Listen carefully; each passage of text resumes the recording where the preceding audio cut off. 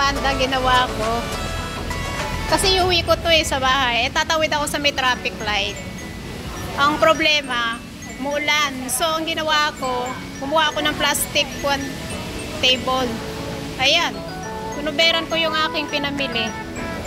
Guys, tara na, tawid na tayo sa may traffic light. Ayan guys, so umuulan. Tatawid tayo ngayon yan. Yan, o, diba? Umuulan guys. I-open ko na ba yung umbrella ko? Wag na lang. Para-paraan eh. Kahirap nitong aking kalagayan guys. Umuulan. Ayan, may payong ako. Ayan. Tatawid tayo ngayon dyan. Ito na yung grocery ko.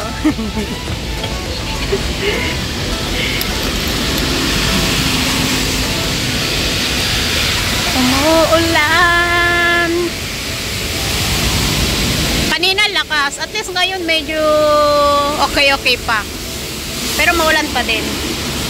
Hindi na mababasa yung aking grocery kasi nga mayroon akong nilagay na plastic cover. Diba? Discarding Pinoy yan. Nice.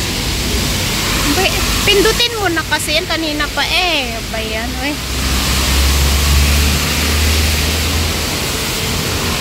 Malapit na.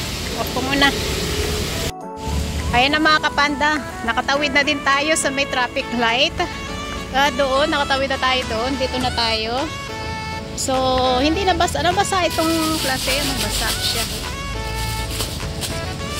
Nakita nga ni auntie. May dumaan na auntie. Sabi ba naman niya sa akin, ang naglagay ba nito is yung doon daw yung mga stock doon sa NTUC grocery. Sabi ko hindi. Sabi ko gano'n. Ako ang naglagay dito, diniskartehan ko na lang. So, abang galing-galing ko daw, sabi niya. Kasi ngayon lang sila nakakita ng ganito. Kasi nga, tingnan po, inuuwi ko kasi yung trolley.